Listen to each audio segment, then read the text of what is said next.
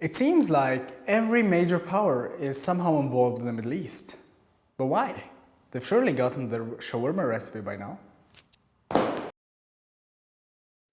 Remember when you were 16 and you're begging mom to let you go to that party because your buddy Marcus said your crush might be there?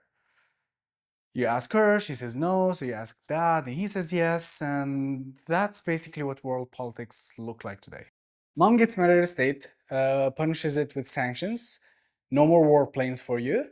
So naturally, you soften that up and take an interest in fishing so he can buy you some drones. That is basically the Russian and American dynamic in the Middle East, with each of them trying to win more allies by offering protection and trade deals. Public opinion and government actions don't usually go together in this region. And what is being said here is strictly political relations between government agencies. The US has diplomatic ties with all nations of the region except for Iran and Syria, where it has cut all ties. It managed to form strong relations in the area with some, and its complicated status with others.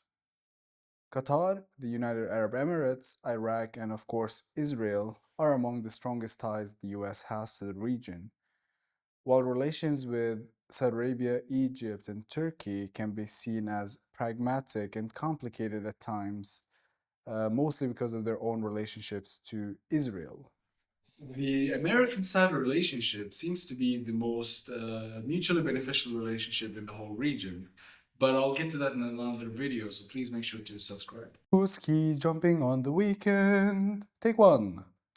Although we can see that Russia is surprisingly not a major player in the recent conflict in the region between Israel and its neighbors due to its war on Ukraine, Russia is still a key player in the region, with Syria and Iran being Russia's strongest ally in the region.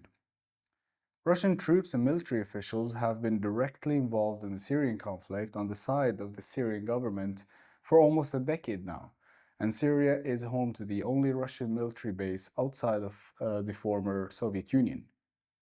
Russia's relationship with Iran has been especially improved since its war on Ukraine started, with Iran being a key supplier of weapons and a good case study for surviving economic sanctions.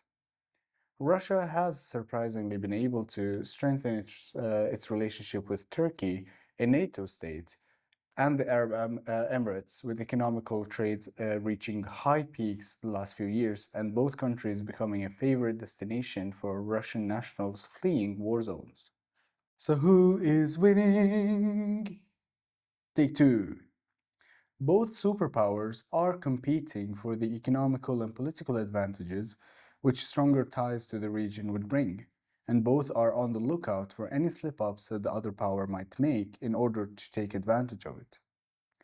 The US has been investing a lot in the region for the last 3 decades, but it seems like it's not getting enough return on these expensive investments. But knowing that Russia and China would be filling up their place in no time and reaping all the benefits, it doesn't seem like it will retreat from the region anytime soon. The Arab public is polarized between the support for Russia and the Western powers, with many calling out the West for what seems to be double standards on how it's handling the war on Ukraine versus how it handles Middle Eastern crises. Therefore, it seems that Russia has been gaining public support for its shy but anti Israeli stances, plus that the authoritarian nature of many Arab regimes makes supporting Putin's Russia an attractive choice to push onto the public to show a good example of state ruling against those demanding democracy among the Arab public.